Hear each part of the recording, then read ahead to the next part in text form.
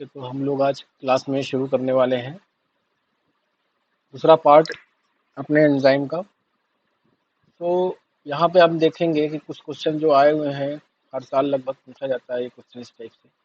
What is an enzyme, या इसके बारे में कुछ ना कुछ, जैसे फिजिकल प्रॉपर्टी या स्ट्रक्चरल प्रॉपर्टी पूछ लेंगे, या ऐसी कंडीशंस जिसमें ये अपनी कैटालिटिक एक्टिविटी को लॉस कर दे। ठीक है, कभी कभी क्लासिफिकेशन ऑफ एंजाइम पूछ लेंगे। तो एंजाइम की प्रॉपर्टी के बारे में, उसके क्लासिफिकेशन के बारे में, उसकी कैटालिटिक एक्टिविटी के बारे में क्वेश्चन पूछे जा सकते हैं। इन्हीं क्वेश्चंस को हम लोग जो है यहाँ पे डिस्कस करने वाले हैं पहले। तो यहाँ पे मेरी वॉइस आ रही है आपको student? Yes, sir. Okay. So enzymes are protein. हम लोग जानते हैं कि एंजाइम क्या है, प्रोटीन है, एक बायोलॉजिकल कैटलिस्ट है। और जो कैटलिस्ट है तो क्या करेंगे, ये रेट ऑफ रिएक्शन को इंक्रीज करेंगे और इंक्रीज करेंगे। और एंजाइम्स है तो वो बायोलॉजिकल टेम्परेचर पे, बॉडी के जो टेम्परेचर होता है उसी टेम्परेचर पे ये काम करते हैं अच्छी तरह से। तो मॉलिक्यूल्स अपॉन विच एंजाइम्स में एक्ट, और जो ये जिस पे काम करते हैं उसको हम लोग क्या बोलते हैं, सबस्ट्रेट। तो उनका काम क्या होता है, सबस्ट्रेट को प्रोडक्ट में, डिफरेंट मॉलिक्यूल्स में, जिसे हम लोग प्रोडक्ट बोलते हैं, उसमें कन्वर्ट करना और इफिशिएंटली कन्वर्ट करना। और ये एंजाइम काम कैसे करते हैं, यहाँ पे मैंने एक ग्राफ दे रखा है। यही क्वेश्चन पूछा गया है कि how this enzyme energy of activation, enzyme change the energy of activation. ठीक है, यहाँ पे देखते हैं अगर, how enzymes works like all catalyst. जितने भी कैटलिस्ट होते हैं वो क्या काम क्या करते हैं, वो क्या करेंगे कि एक्टिवेशन ऑफ एनर्जी को, एक्टिवेशन एनर्जी होती क्या है, what is activation energy? Activation energy is the energy that needed to start a chemical reaction. किसी भी केमिकल रिएक्शन को हमें स्टार्ट करना है तो कुछ उसको एक एनर्जी हमें देनी पड़ेगी, तब वो केमिकल रिएक्शन स्टार्ट होगी। तो उस जितनी एनर्जी हमको देनी पड़ेगी उसको हम लोग बोलते हैं एक्टिवेशन एनर्जी। और ये वेरी करती है, जैसे जैसे अलग अलग रिएक्शंस होंगे वैसे वैसे एक्टिवेशन एनर्जी वेरी भी करती है। तो ये सपोज करिए यहाँ पे दो दे रखे हैं, यहाँ पे एक ये है आपका, एक दो सबस्ट्रेट है। ठीक है, और ये जो है आपके मिल गए एक एंजाइम, मान लीजिए ये 1 नंबर वाला एंजाइम है और 2 नंबर वाला, यानी ये इस कलर वाला सबस्ट्रेट है, दिस इज द सबस्ट्रेट। और ये एंजाइम है आपका। ये एंजाइम जाके यहाँ इसके साथ बाइंड करेगा, अपने एक्टिव साइट पे ये बाइंड करेगा, इसके साथ ये बाइंड कर लेगा।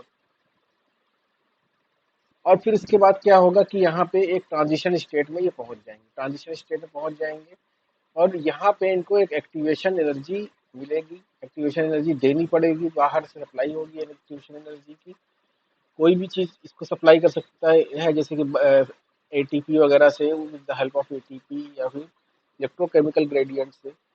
तो कहीं से भी इसको एनर्जी ये मिल सकती है और ये एक्टिवेशन एनर्जी को यूज़ करके ये काम करके। लेकिन यहाँ पे हम देखते हैं कि जब एंजाइम नहीं होता है, नो कैटलिस्ट, तो ये एक्टिवेशन एनर्जी, इतनी एनर्जी चाहिए होती है। अगर हम एंजाइम्स को नहीं देंगे तो क्या होगा, ये प्रोडक्ट बनाने में इतनी एनर्जी लेगा। लेकिन जब हम लोग इसको एंजाइम दे देंगे तो क्या होगा, इसकी एक्टिवेशन एनर्जी कम हो जाएगी और ये प्रोडक्ट आसानी से बन जाएगा।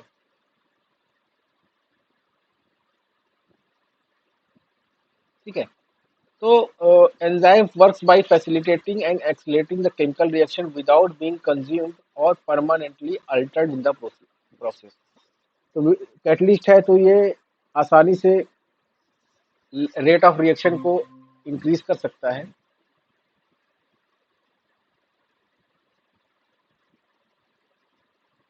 दे achieve this through a process called enzyme catalysis. तो इन्हीं स्टेप को हम लोगों ने स्टेप बाय स्टेप अगर देखें तो यहाँ पे मैंने इसको स्टेप बाय स्टेप दिखा दिया है। सबसे पहले स्टेप में क्या होता है, सबस्ट्रेट बाइंडिंग। एंजाइम जो है वो सबस्ट्रेट के साथ रिकॉग्नाइज करेगा and binds to the specific substrate at its active site. तो जो सबस्ट्रेट है वो इसके एक्टिव साइट पे, एंजाइम के एक्टिव साइट पे जाके बाइंड करेगा। सपोज करो, मान लो यहाँ पे एक हो रहा है, ये ए है और ये बी है, इस टाइप से कोई सबस्ट्रेट है। ये दोनों क्या करेंगे, ये एक्टिव साइट पे, यहाँ पे देखिए आप, इसका जो शेप है वो इसकी तरह से बना हुआ है और ये यहाँ पे इसके लिए बना हुआ है कि this active sites are specific for this substrate. Thus, active site is a region on the enzyme surface. It's a complementary in shape and chemical properties to the substrate molecule. And these binding occur through a multiple covalent interaction. यहाँ पे जब आएंगे तो एक जो मैंने पिछली class में बताया था आपको कि कई नॉन कोवेलेंट इंटरेक्शन होते हैं, जैसे हाइड्रोजन बॉन्ड हुआ, आयनिक इंटरेक्शन हुआ, इन दोनों के बीच में, सबस्ट्रेट और एंजाइम के बीच में एक्टिव साइट वाले। तो इस इंटरेक्शन की वजह से ये एग्जैक्टली उसी जगह पे जाके बाइंड कर जाते हैं और फॉर्मेशन होता है एंजाइम सबस्ट्रेट कॉम्प्लेक्स का। Upon binding to the substrate, the enzyme undergoes into conformational changes. अब यहाँ पे क्या होगा, इसका कन्फर्मेशन में थोड़ा चेंजेस आएंगे जिस तरह से ये प्रोडक्ट में बदल सके। तो इस तरह के चेंजेस हो जाएंगे और ये दोनों को हमको जुड़ जाएगा, ये प्रोडक्ट ए और बी आपस में जुड़ के कोई एक प्रोडक्ट का निर्माण कर देंगे। ठीक है, यहाँ पे इनके आपस में बॉन्ड बन जाएगा। So this conformational changes help bring in the reactive group of enzyme and substrate close proximity along the catalytic reaction to occur. लेकिन जो ये यहाँ पे जो चीजें होती हैं एक्टिव साइड के ऊपर क्या हो रहा है, कैटलिसिस होती है, वहाँ पे कई रिएक्शंस होती हैं, कई तरह की होती हैं। यहाँ पे वो चीजें हम देखेंगे क्या क्या चीजें हो सकती हैं कैटलिटिक साइड के ऊपर, यानी कि एक्टिव साइड के ऊपर।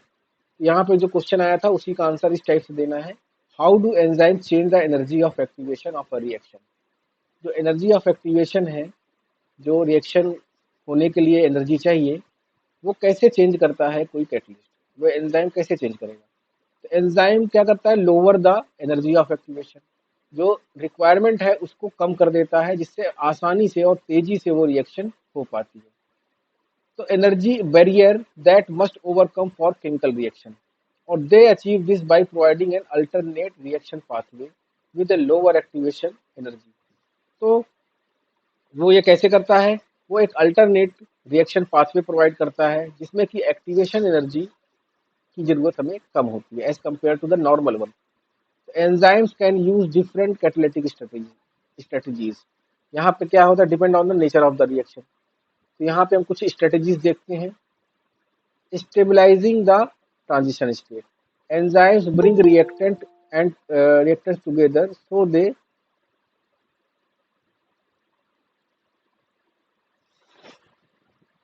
so they don't have to expend energy moving about until they collide at random.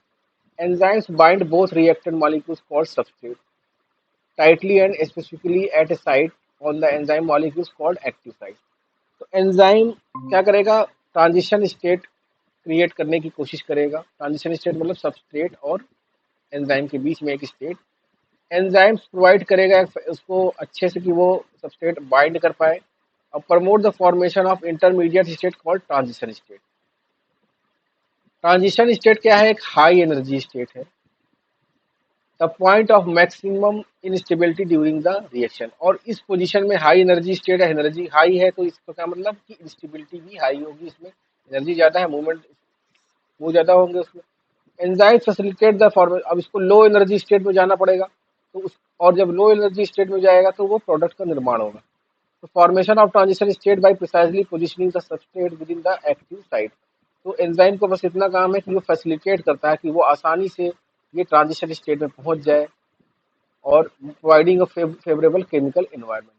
और इससे क्या होता है, stabilisation of transition state lowers the activation energy. ये जो स्टेबलाइजेशन के कारण क्या होता है, ये एनर्जी की जो रिक्वायरमेंट है वो कम हो जाती है और रिएक्शन आसानी से हो पाती है। फिर एक मैंने अभी दिखाया था शेप में, ये शेप देखिए दोनों एक ही तरीके से, मतलब इस टाइप से कॉम्प्लीमेंट्री है एक दूसरे से, ए इसके इस वाली साइड के और बी वाला इस साइड के। ये इस साइड में नहीं आ सकता कभी भी क्योंकि इसका शेप डिफरेंट है, और ये इसके साइड में नहीं आ पाएगा, ये हमेशा ऐसे ही से ही जाएंगे। तो ये आपस में कॉम्प्लीमेंट्री है, एक्टिव साइड जो है इसकी खास पोजीशन पे। तो एंजाइम के अंदर क्या होता है, amino acid linked together one on polypeptide chain and this sequence of amino acid called primary structure. और ये प्राइमरी स्ट्रक्चर से मिलकर आपका एक 3 डायमेंशनल स्ट्रक्चर का निर्माण होता है। And each enzyme has specific 3 dimensional structure, her enzyme का एक स्पेसिफिक 3 डायमेंशनल स्ट्रक्चर होता है जो हम लोग ऑलरेडी बता चुके हैं इन चीजों को। So it is important to note that enzymes are highly specific and their active sites are designed to recognize and bind only a specific substrate. सारे सबस्ट्रेट से बाइंड नहीं करेगा, केवल स्पेसिफिक सबस्ट्रेट से ही ये बाइंड कर सकता है। तो एक्टिव साइट कॉम्प्लीमेंट्रिटी उसी के कारण ये आसानी से रेट ऑफ रिएक्शन को कम कर सकता है, एक्टिवेशन एनर्जी को कम कर सकता है। Bye binding reactants at the active sites enzyme also position reactants correctly. क्योंकि क्या होता है कि जब ये एक्टिव साइट पे बाइंड करेंगे तो एंजाइम इनको सही तरीके से पोजीशन कर सकता है रिएक्टेंट को, कि वो प्रोडक्ट का निर्माण जो है मैक्सिमम उसके साथ कर सके और overcome the intermolecular forces otherwise push them apart. This allows the molecules to interact with the less energy. और इससे क्या होता है कि एक खास पोजीशन पे मैक्सिमम प्रोडक्ट का निर्माण हो जाए। इससे क्या होगा, इंटरेक्शन जो लेस एनर्जी, एक्टिवेशन एनर्जी की जरूरत जो है कम हो जाएगी। This specificity ensures that enzyme selectively catalyse the reaction they intent for. तो जिस रिएक्शन के लिए वो एंजाइम बने हैं वो उसी रिएक्शन को कैटलाइज करेंगे, ना कि unwanted side reaction. The active site can undergo conformational changes. और कभी कभी क्या होता है कि ये कन्फर्मेशनल चेंजेस में जब ये बाइंड कर जाता है सबस्ट्रेट बाइंडिंग, तो ये कन्फर्मेशनल चेंजेस में भी जाते हैं और लीडिंग टू इंड्यूस फिट, और उस तरह से फिट हो जाते हैं जिससे कि वो बेस्ट रिएक्शन कर पाए substrate. Induced fit brings the reactive groups of the enzyme. क्यों? क्योंकि जो रिएक्टिव ग्रुप्स हैं वो नजदीक आ जाते हैं, काफी क्लोज प्रॉक्सिमिटी एंड एक प्रॉपर ओरिएंटेशन में होते हैं, जिसके कारण जो कोलिजन है, वो रिएक्शन के बीच में जो कोलिजन्स वगैरह होंगे, जो बॉन्ड बनेगा वो आसानी से हो पाएंगे। The precise positioning of the substrate within the oxidise facilitate the formation of transition state and lowers the activation energy. तो हम लोगों ने देखा ट्रांजिशन स्टेट कैसे कम हो जाएगा, with the help of these two. And यहाँ पे फिर एक और है, एसिड बेस कैटालिसिस। इसमें क्या है, एंजाइम कैन डोनेट और accept proton during the reaction. और दोनों तरीके से काम कर सकते हैं, ये एक्टिंग एज एसिड, कोई एंजाइम एसिड की तरह काम करेगा, कोई बेस की तरह काम करेगा। By doing so they can alter the charge distribution. तो ये चार्ज के बेसिस पे भी अलग एक स्पेसिफिसिटी शो कर सकते हैं। The activity of the substrate and facilitate the formation of transition state. So acid base catalysis helps the stabilizing the reaction between the substrate and active site residues. तो इस acid base facilitation के कारण हमने देखा था कि active site पे ज़्यादातर हाइड्रोफोबिक ग्रुप पाए जाते हैं। इस टाइप से एक फैसिलिटी होती है जिसके कारण ये आसानी से एक्टिवेशन एनर्जी को कम कर सकते हैं। फिर covalent catalysis. Enzymes can form temporary covalent bond with the substrate or reactant. This covalent bonding can involve the formation of covalent enzyme substrate intermediate, transition functional group between the enzyme and the substrate। और ये जो temporary covalent bond है ये क्या करेगा, lower the activation energy by providing more favourable reaction. तो covalent catalysis भी हो सकता है। या फिर मेटल आयन कैटालिसिस। यहाँ पे क्या है, कुछ मेटल आयन जो कोफैक्टर की तरह यूज होते हैं। हम लोगों ने भी पिछले क्लास में देखा था एंजाइम के साथ कोफैक्टर भी पाए जाते हैं, जो carry out their catalytic function को इंप्रूव कर देते हैं देयर फंक्शनलिटी को, क्योंकि वो एंजाइम को स्टेबिलिटी प्रोवाइड करते हैं। So metal ions can participate in the reaction by coordinating with the substrate and stabilizing charges। जो चार्जेस है उसको स्टेबलाइज कर देते हैं, असिस्टिंग इन इलेक्ट्रॉन ट्रांसफर। कई रिएक्शंस होते हैं जहाँ पे ये इसकी जरूरत पड़ती है, जहाँ पे आपको इलेक्ट्रॉन ट्रांसफर की जरूरत पड़ती है, तो वहाँ पे मेटल आयन बहुत हेल्पफुल होते हैं। मेटेलोजाइम्स, जैसे मैंने बताया था पिछली क्लास में, मेटेलो एंजाइम्स जो होते हैं। Metal ion catalysis can lower the activation energy by facilitating the proper alignment of the reactant और प्रोवाइडिंग फेवरेबल रिएक्शन एनवायरनमेंट। अब ये हो गया आपका एक्टिवेशन एनर्जी, कैसे एक्टिवेशन एनर्जी को कम करता है एंजाइम। ये मैकेनिज्म आपको लिखना है, अगर आता है एग्जाम में तो इस टाइप से आप इन जो भी मैकेनिज्म है उसको आप मेंशन करेंगे विद एग्जांपल्स। तो यहाँ पे आप देख पा रहे हो। फिर नेक्स्ट स्टेप क्या है, रिलीज ऑफ द प्रोडक्ट। अब आपका जो कैटालिसिस हो चुकी है, अब स्टेप क्या है, release of the product. After the catalytic step enzyme releases the products of the reaction. The products have different chemical structure from the substrate and typically less tightly bound to the enzyme's active site। तो product release हो गया, अब enzyme भी release हो गया साथ में, तो वो अब रिसाइकल होगा, क्योंकि एंजाइम कभी डिस्ट्रॉय नहीं होता और यूज ये यूज हो सकता है रिपीटेडली, बार बार इसको हम लोग बायोकेमिकल रिएक्शन में यूज किया जा सकता है। तो enzyme is free to bound to another molecule of the substrate and repeat the catalytic cycle. तो इस तरह से क्या आता है, एक एंजाइम कई बार कई reaction, thousands to millions of reaction per second में काम कर सकता है, ठीक है, उसको कैटलाइज कर सकता है। और high reaction rate in the biological system, तो इस तरह से वो जो sustain the high reaction rate है वो उसको सस्टेन कर पाता है। और ये जो रिएक्शन रेट है कई फैक्टर से डिपेंड करता है, अभी हम लोग देखेंगे कुछ फैक्टर्स को, जैसे सबस्ट्रेट कंसंट्रेशन हुआ, एंजाइम कंसंट्रेशन हुआ, रेगुलेटरी मॉलिक्यूल्स या ऑप्टिमल सेलुलर फंक्शन हुआ। मेरी आवाज आ रही है स्टूडेंट्स आप लोगों को? Can you hear me? Yes, sir. Okay.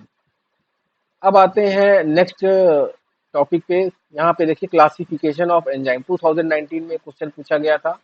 और इसके अलावा लाइएजेस भी पूछा गया है। लाइएजेस तो इन एंजाइम्स में से कोई एक खास एंजाइम के बारे में भी आपको शॉर्ट नोट्स में पूछा जा सकता है। तो यहाँ पे मैंने दे रखा है, यहाँ पे आप देख पा रहे हो, they divided into 6 functional classes according to International Union of biochemist.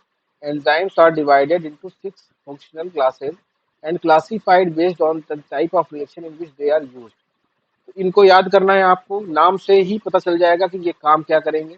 अभी मैं इसको बताता हूँ आप लोगों को। यहाँ पे आप देख पाओगे इस वाले डायग्राम में एंजाइम्स है, they are categorize into 6 group. कौन कौन से? ऑक्सीडो रिडक्टेज, ट्रांसफिरेज, हाइड्रोलेजेज, ठीक है, lyases, isomerase and ligases, these are the different groups.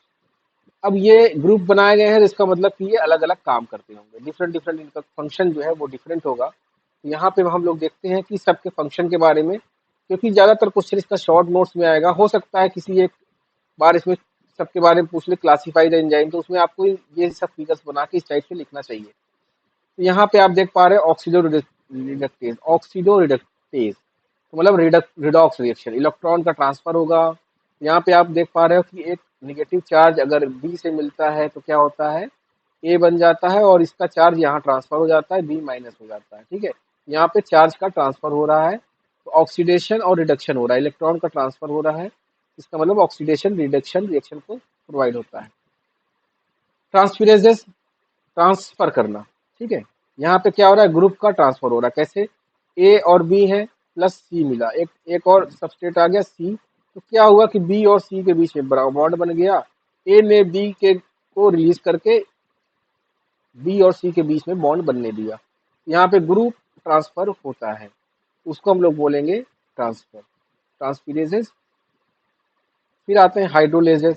Hydrolases में क्या है, हाइड्रोलिसिस, नाम से पता चल रहा है हाइड्रोलेजेस। तो हाइड्रोलिसिस का मतलब transfer of functional group to water. Water की प्रेजेंस में ये रिएक्शंस होती हैं, और इसमें फंक्शनल ग्रुप का ट्रांसफर वाटर को हो जाता है, यानी कि हाइड्रोलिसिस, यानी कि ब्रेक डाउन हो जाता है बीच के बॉन्ड का। तो ये बॉन्ड बीच में टूट जाएगा और H2O जो है इनको अलग अलग जोड़ लेगा। यहाँ पे आप देख पा रहे हो कि अपना जो है फंक्शनल ग्रुप वाटर में ट्रांसफर हो गया। लाइजेजेस, लाइजेजेस में क्या है, यहाँ पे आप देखिए, ये लाइजेजेस में क्या हो रहा है, एडिशनल एडिशन और removal of group form double bond. यहाँ पे आप देखोगे कि डबल बॉन्ड का फॉर्मेशन होता है। मान लीजिए कोई ए बी ग्रुप जुड़ा हुआ है और इसके साथ यहाँ पे एक बॉन्ड और जुड़ा हुआ है, लेकिन जब ये मान लीजिए ये टूट जाता है ऊपर वाले और ये एक्स वाई एक बन जाता है, तो ये जो बॉन्ड यहाँ जुड़े हुए थे इसको पूरा करने के लिए यहाँ पे एक डबल बॉन्ड बन जाएगा, आपका डबल बॉन्ड बन जाएगा, ए डबल बॉन्ड बी।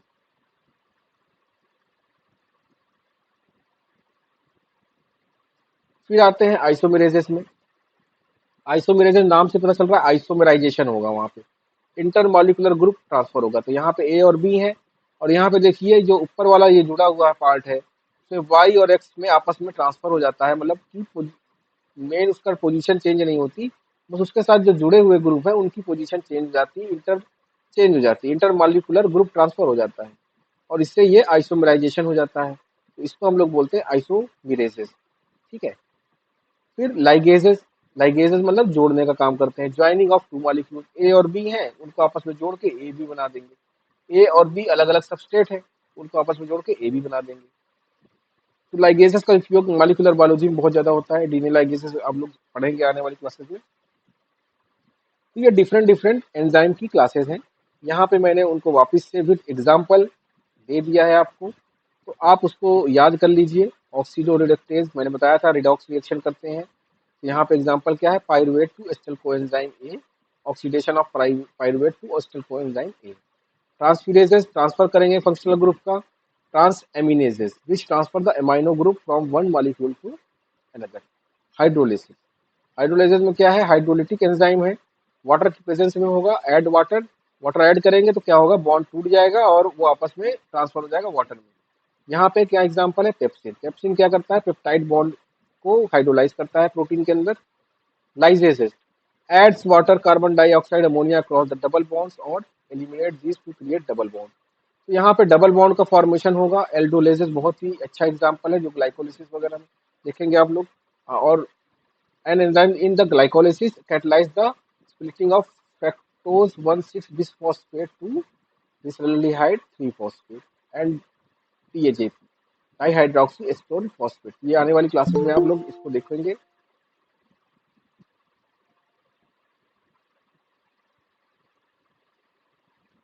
फिर आते हैं आइसोमेरेजेस।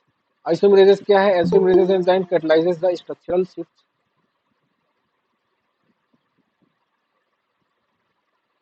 आइसोमेरेजेस enzymes catalyses the structural shift present in the molecule. मैंने अभी बताया था आपको, आइसोमेरेज क्या करेंगे, आइसोमर करेंगे तो वो बॉन्ड नहीं तोड़ेंगे आपस में, लेकिन जो उनमें जुड़े हुए हैं उसका स्ट्रक्चरल शिफ्ट होगा। यहाँ पे क्या है, फास्फोग्लूकोम्यूटेज, ठीक है, another enzyme in the glycolysis. यहाँ पे आप देखते हैं ग्लूकोज 1 फॉस्फेट को ग्लूकोज 6 फॉस्फेट में कन्वर्ट कर देता है, फॉस्फेट ग्रुप का ट्रांसफर होता है आइसोमेरेजेस में and converted into glucose for energy to release quickly. Ligases, ligases क्या है, these are the enzyme in the ligation process. तो डीएनए लाइगेज मैंने बताया था एग्जांपल आपको। फिर आते हैं लाइजेजेस, ये एक अलग से पूछा गया था, वापस से मैंने इसको आपको कैसे वो लिखना होता है शॉर्ट नोट्स में वो मैंने मेंशन कर दिया, बहुत छोटा सा एक आपने बता दिया कि ये ग्रुप ऑफ एंजाइम्स है catalyse the breakdown of chemical bond such as C double bond and removal of group by elimination reaction different than oxidation. और इसके क्या क्या है, न्यू डबल बॉन्ड का फॉर्मेशन होता है या फिर new ring structure by addition of reaction. तो लाइजेजेस जो है अदर एंजाइम से कैसे डिफरेंट है, क्योंकि ये डबल बॉन्ड का फॉर्मेशन शो करते हैं। तो यहाँ पे only one substrate for the reaction, two substrate for the reverse reaction called Michael reaction. यहाँ पे लाइजेजेस का एक एग्जांपल दे दिया, एटीपी एडिनोसिन ट्राइफॉस्फेट। तो ये आपका साइक्लिक एमपी में कन्वर्ट होता है और ये 5 है। Ligases can seen in reaction citric acid cycle glycolysis. कहाँ कहाँ पे ये एंजाइम पाया जाता है उसके बारे में हम लोगों ने बता दिया, ठीक है। और एग्जाम्पल दे दिया जो कि ये काम का, एल्डोलेजिस का एग्जाम्पल यहाँ पे वापस से दिया हुआ है जो मैंने दिखाया था। तो इस टाइप से आप इसको लिख सकते हो शॉर्ट नोट्स में। नाउ नेक्स्ट क्वेश्चन पे आते हैं, structural and physical properties of enzyme. ये लास्ट ईयर ही ये क्वेश्चन पूछा गया था। तो एंजाइम की स्ट्रक्चरल प्रॉपर्टी और फिजिकल प्रॉपर्टी के बारे में लिखना था आपको। तो एंजाइम की स्पेसिफिक स्ट्रक्चरल प्रॉपर्टी होती है और physical property that contribute to their functionality as a catalyst. यहाँ पे क्या है देखिए आप लोग points. Protein nature, enzyme typically क्या है, प्रोटीन का नेचर है। तो स्ट्रक्चरली क्या है, ये प्रोटीन का नेचर है। लीनियर चेन पे पाया जाती है ना। और फोल्डेड इनटू 3 डायमेंशनल स्ट्रक्चर, तो उसके बारे में एंजाइम के बारे में आपने लिख दिया। और ये फोल्डिंग होती है तो कैसे होती है, तो with the help of hydrophobic interaction, electrostatic interaction और अलग अलग स्ट्रक्चर बन सकते हैं। तो एक पॉइंट ये बन गया। फिर इसके ऊपर एक्टिव साइट पाया जाता है जो कई बार मैं बता चुका हूँ। यहाँ पे एक्टिव साइट कैसा होता है वो ऑलरेडी हम लोग डिस्कस कर चुके हैं, उसके बारे में आप लिख सकते हो। क्या होता है active site, it's a possess amino acid residue that directly participate in the catalysis facilitating the formation of transition state and lowering the activation energy of the reaction। फिर स्पेसिफिसिटी, उसके बारे में लिखते हैं, स्पेसिफिक होते हैं, हाई डिग्री ऑफ स्पेसिफिसिटी होती है, रिकॉग्नाइज, क्योंकि सबस्ट्रेट को रिकॉग्नाइज करके उसको बाइंड कर सकते हैं और इसीलिए ये प्रॉपर फंक्शनिंग कर पाते हैं स्पेसिफिक की वजह से। क्योंकि ये अनवांटेड रिएक्शन नहीं करेंगे, वापस से वही चीजें रिपीट हो रही हैं, लेकिन इसको आप पॉइंट्स में ऐसे लिख सकते हैं बना के। Enzymes can display absolute specificity for single substrate or exhibit relative specificity for a group or structurally called substrate।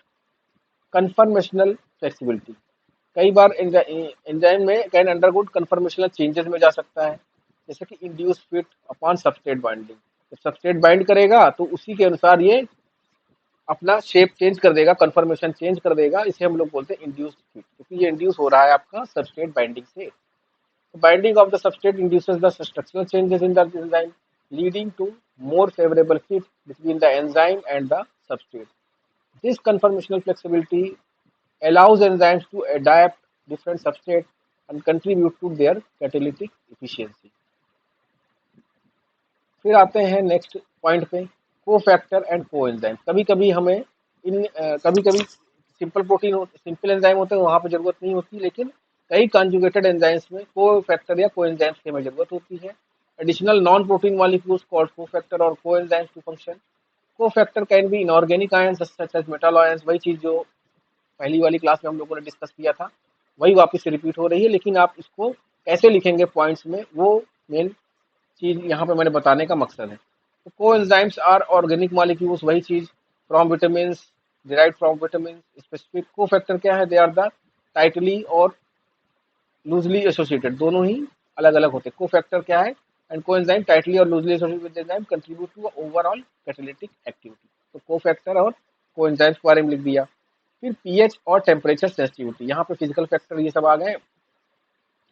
तो ये क्या करते हैं, एंजाइम एग्जिबिट स्पेसिफिक एक्टिविटी, एक खास पीएच होगा जिसपे ये बेस्ट काम करेंगे, एक खास टेम्परेचर होगा जिसपे ये बेस्ट काम करेंगे। तो they have the optimal pH, they have the temperature range, जिसमें कि उनकी फंक्शनलिटी सबसे अच्छी होगी। They are sensitive to pH and temperature sensitivity.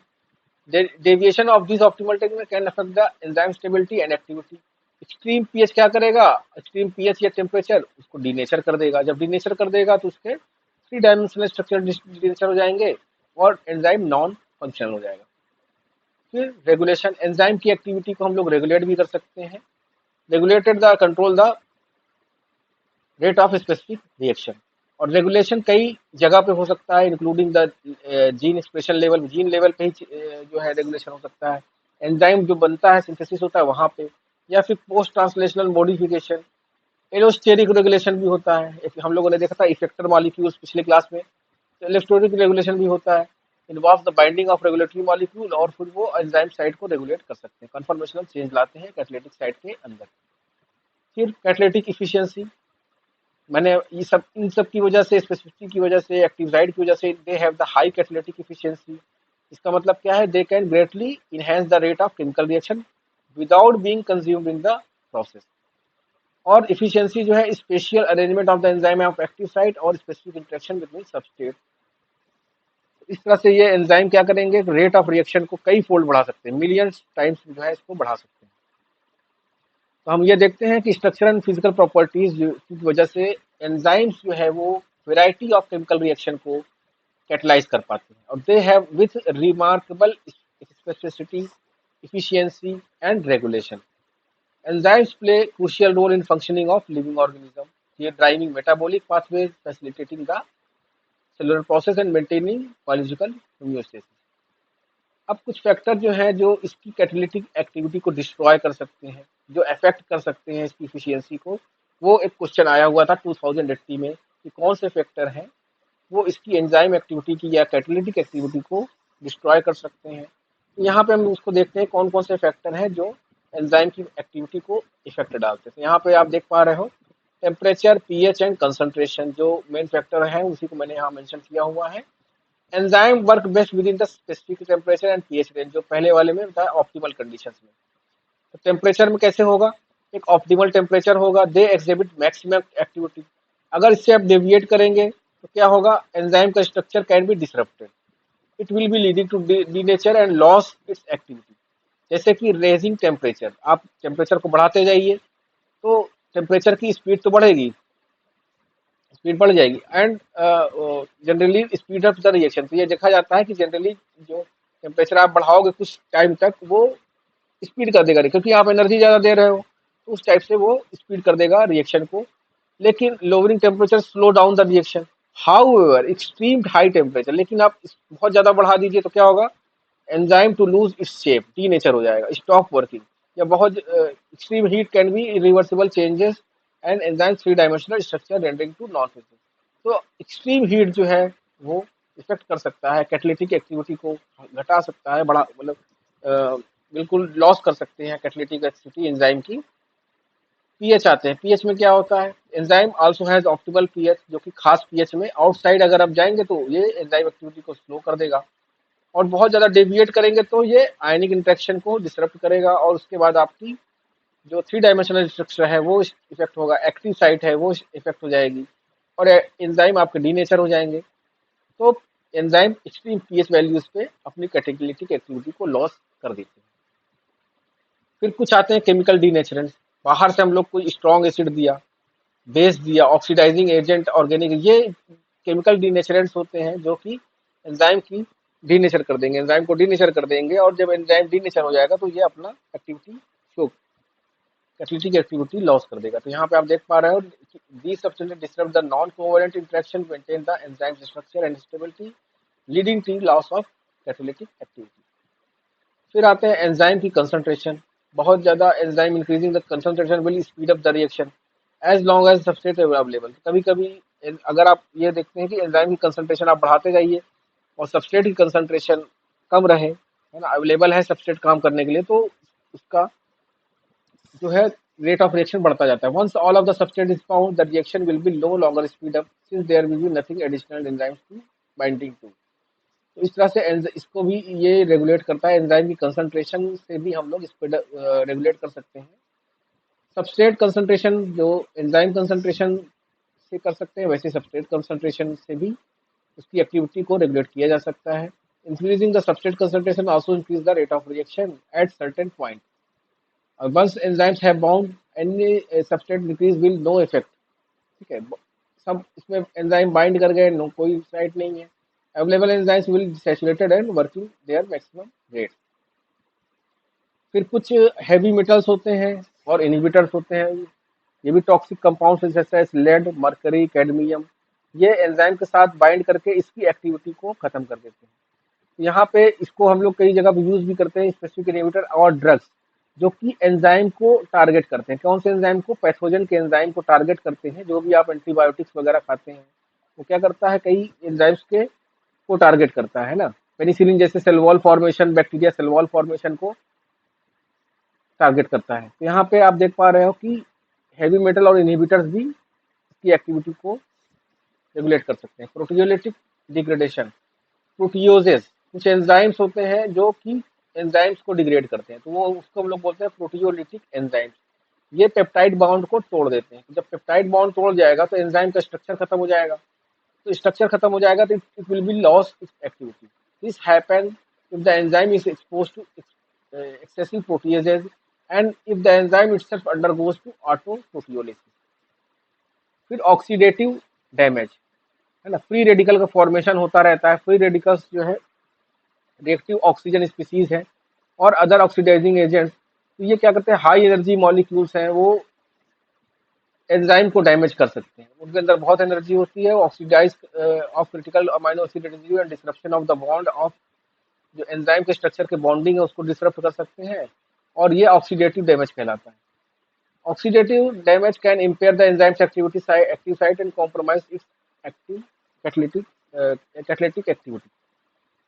फिर freezing and thawing cycle, freeze और थॉ करेंगे, आप फ्रीज करेंगे और उसके बाद फिर से उसको दोबारा से उसको थॉ करेंगे, मतलब उसको लिक्विड में कन्वर्ट करेंगे, फिर फ्रीज करेंगे। इस टाइप से अगर बार बार आप एंजाइम को वैसे करेंगे तो उसकी एक्टिविटी में ही लॉस हो जाती है, फिजिकल स्ट्रेस आएगा और leads to loss of their structural integrity. इसलिए इसको -20 पे हम लोग स्टोर करते हैं लैब में, और जब जरूरत होती है तभी इस टाइप से अलग अलग वायल बना लेते हैं, वहां पे हम लोग इसको यूज करते हैं।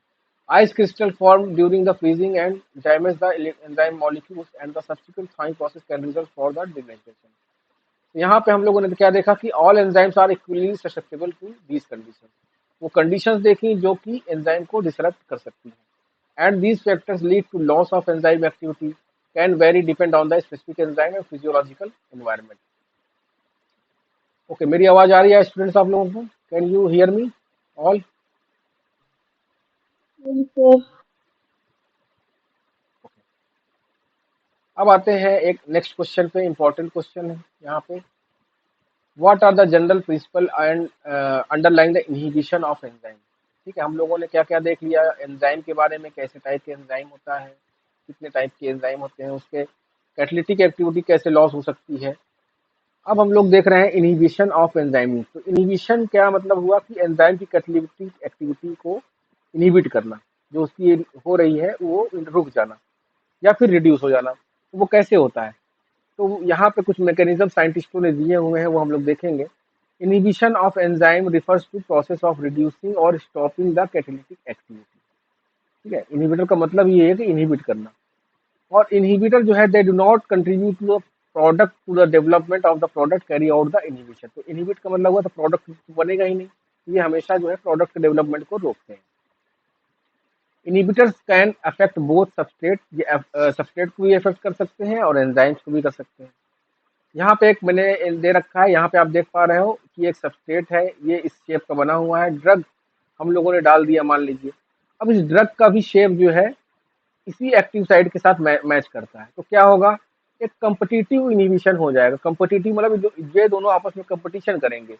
अगर हम लोगों ने ड्रग ज्यादा डाल दी तो क्या होगा, ड्रग की मात्रा ज्यादा हो जाएगी और धीरे धीरे ये वाला जो सबस्ट्रेट है ये बाइंड नहीं कर पाएगा, क्योंकि ये इसके साथ बाइंड कर जाएगा और फिर ये रिएक्शन नहीं हो पाएगी। तो ये ड्रग जो है ये ब्लॉक कर देगी active site of the enzyme. तो ये चीज भी हम लोग फार्मास्यूटिकल इंडस्ट्रीज में काफी ज्यादा यूज होती है। जो ड्रग्स हम लोग खाते हैं वो ज्यादातर आप लोग देखेंगे एंजाइम को इनहिबिट करने का, ब्लॉक करने का काम करती है। तो enzyme inhibitor can block the binding site and preventing the substrate for attaching to the active site and decreasing the enzymes catalytic activity. Enzyme inhibitors can attach to active areas and halt or inhibit further activity. This form of binding can both be reversible और irreversible। तो हम लोगों ने inhibition को समझ लिया। अब ये इनहिबिशन होते कितने टाइप के हैं, यहाँ पे दे रखा है।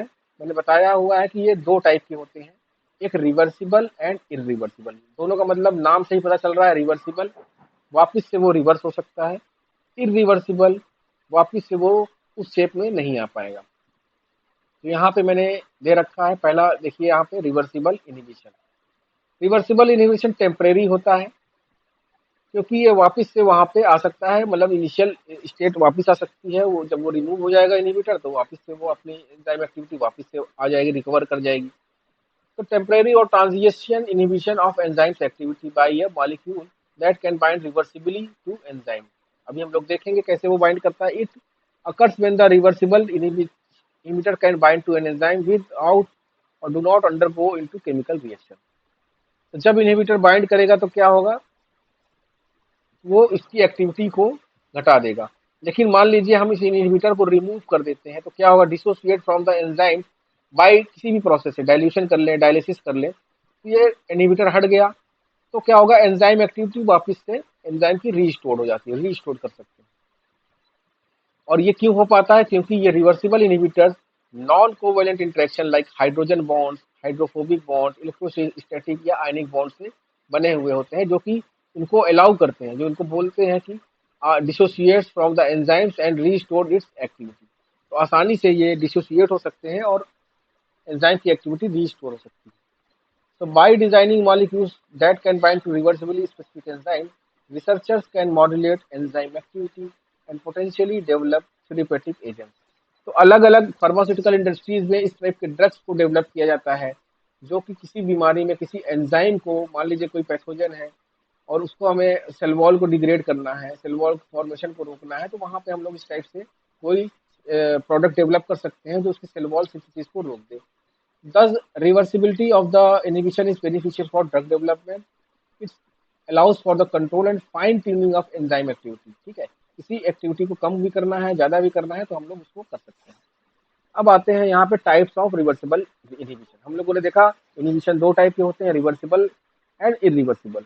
अब रिवर्सिबल वाला भी दो तीन टाइप का होता है। यहाँ पे आप देखेंगे कम्पिटिटिव इनहिबिशन। मेरी वॉइस आ रही है स्टूडेंट्स आप लोगों को? सब लोग सुन पा रहे हो? Yes, sir. Okay. So a molecule other than the substrate binds to the enzyme's active site। competitive inhibition, competition कब होता है, किसी एक एग्जाम के लिए बहुत सारे स्टूडेंट प्रिपेयर कर रहे हैं। मान लीजिए 10,000 स्टूडेंट्स हैं और वो 1,000 पोजीशन के लिए अप्लाई कर रहे हैं, तो सारे उसी एग्जाम को क्रैक करने की कोशिश करेंगे। तो आपस में उनका एक कंपटीशन होता है। ठीक है, अब जो बेस्ट होगा वही उसमें जा पाएगा, है ना। तो इसी टाइप से ये इस टाइप का एक एक्टिविटी यहाँ पे भी हम लोग देखेंगे, कॉम्पिटिटिव इनहिबिशन। यहाँ पे एक molecule other than the substrate binds to enzymes active site, उसका शेप जो है सिमिलर टू सबस्ट्रेट रहेगा, जिससे कि वो एक्टिव साइट से वो बाइंड कर पाए।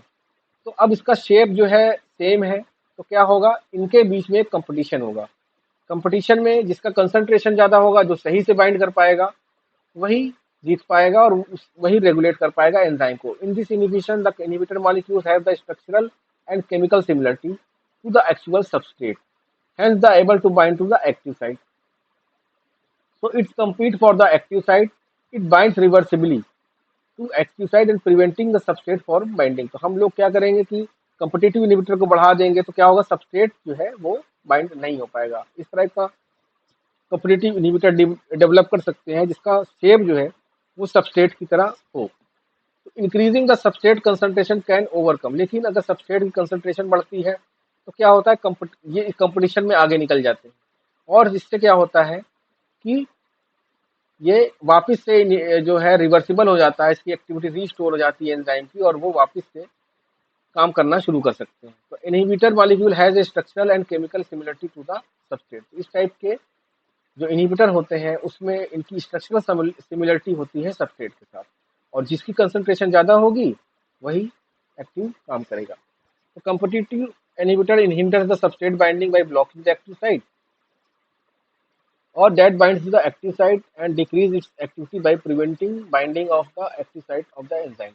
Since inhibitor or competes with the increasing the substrate concentration reduces the inhibitor's action. For example, penicillin. Penicillin में क्या होता है, जिससे competitive inhibitor, तो ये क्या करता है, it blocks the active site of enzyme that many bacteria use to construct their cell wall.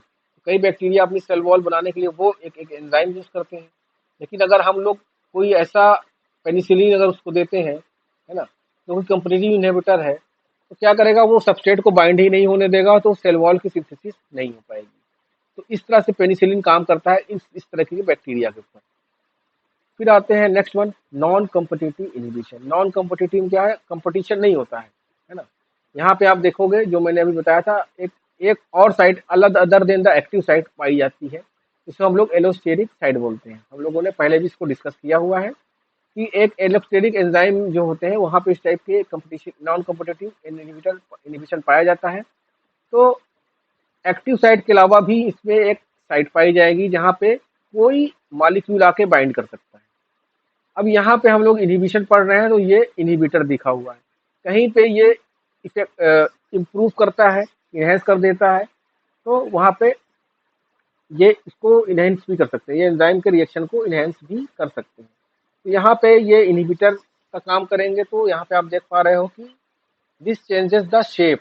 ये क्या काम करेंगे, जैसे ही बाइंड होंगे वैसे ही एक्टिव साइट की शेप चेंज कर देंगे। और जब इसकी देखिए शेप चेंज हो गई, यहाँ पे ऐसे शेप थी और यहाँ ऐसे शेप कर दिया इसको इसकी बाइंडिंग के बाद, तो अब ये सबस्ट्रेट यहाँ पे बाइंड नहीं कर पाएगा। जब ये बाइंडिंग नहीं हो पाएगी तो ये longer share the active site no longer share the affinity because of this alteration and it prevents the substrate for substrate binding. लेकिन अब यहाँ पे आप देखिए, अगर हम लोग सबस्ट्रेट की कंसंट्रेशन को भी अगर बढ़ा दें, तो क्या वापस से वो नहीं हो पाएगा? नहीं, क्योंकि यहाँ पे शेप ही चेंज हो चुका है, एक्टिव साइट का शेप चेंज हो चुका है। तो इस तरह के इनहिबिशन में सबस्ट्रेट कंसंट्रेशन को बढ़ाने पे भी वापस से एंजाइम अपना एक्टिविटी रिकवर नहीं कर पाता है। लेकिन ये रिवर्सिबल क्यों है? वो इसलिए रिवर्सिबल है क्योंकि मान लीजिए इनहिबिटर की कंसंट्रेशन डिक्रीज हो जाती है, ये वाली कंसंट्रेशन डिक्रीज हो जाती है।